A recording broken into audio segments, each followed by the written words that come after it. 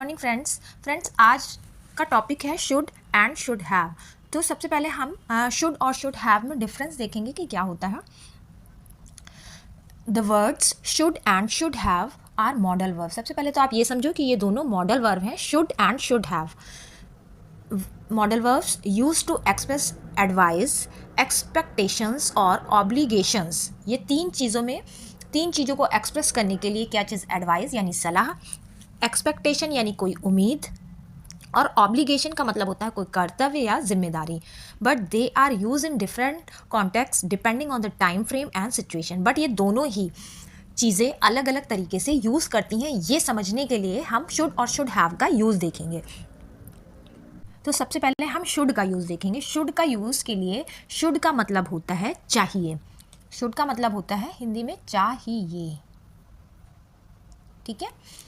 Refer to the present और future. Should जो है वो प्रेजेंट एंड फ्यूचर को रिप्रेजेंट करने के लिए, या जो भी सेंटेंस हमारा होगा वो प्रेजेंट और फ्यूचर में होगा, तब हम शुड का यूज़ करेंगे। इंडिकेट एडवाइस, मतलब कहीं पे एडवाइस को इंडिकेट कर रहा है। रिकमेंडेशंस, रिकमेंडेशन का मतलब होता है कोई सिफारिश।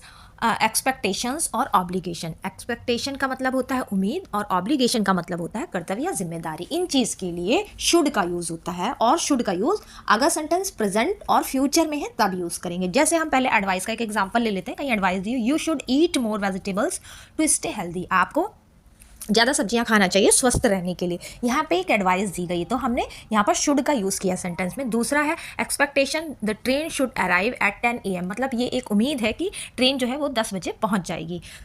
ऑब्लिगेशन, ऑब्लिगेशन के बेटा कई मीनिंग होते हैं, जैसे कर्तव्य है, जिम्मेदारी है, आवश्यकता है, दायित्व है, बहुत सारे ऑब्लिगेशन के मतलब होते हैं। तो यहाँ पर बोला गया है अपोलोजाइज का मतलब होता है कि किसी चीज़ के लिए माफ़ी मांगना। तो you should apologise for your mistake, कि आपको अपनी गलती के लिए माफ़ी मांगनी चाहिए। अब आप देखो कि शुड हैव का यूज़ कैसे किया जाता है। तो शुड हैव का मतलब होता है करना चाहिए था। तो यहाँ पर आप देखो कि शुड हैव अतीत में किए गए काम या दायित्व को व्यक्त करता है जो हुआ नहीं हो। अतीत यानी पास्ट में कोई काम किया गया हो वो बताता है, बट वो काम कंप्लीट नहीं हुआ है। यह पश्चाताप या गलती को दर्शाने के लिए यूज़ किया जाता है, कि मतलब कि कोई मिस्टेक हो गई है या किसी तरीके का पश्चाताप हो रहा है, उस चीज़ को शो करने के लिए शुड हैव का यूज़ होता है। देखिए कैसे करते हैं।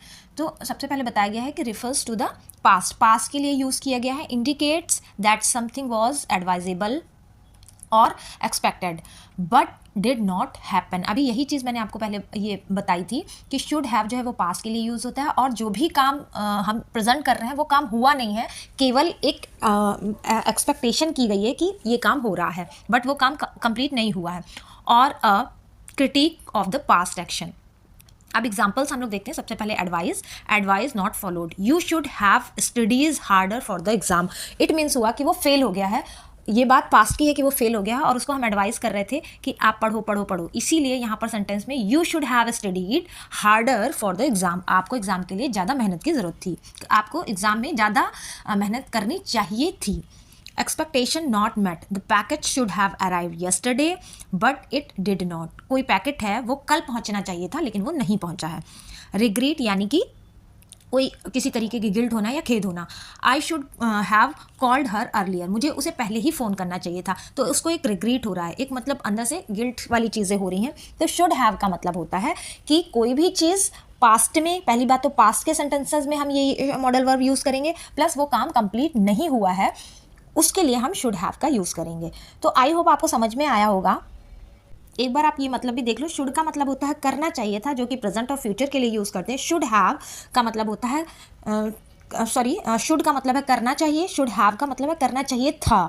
शुड जो है वो फ्यूचर और प्रेजेंट में यूज़ होता है, जबकि शुड हैव पास्ट की चीज़ों में यूज़ होता है, लेकिन नहीं किया, मतलब करना चाहिए था लेकिन किया नहीं। जैसे एक एग्जाम में उसको पास होने के लिए बहुत मेहनत करनी चाहिए थी लेकिन उसने नहीं की तो वो फेल हो गया। आई होप अब आपको ये शुड और शुड हैव में डिफरेंस समझ में आया होगा। Thank you.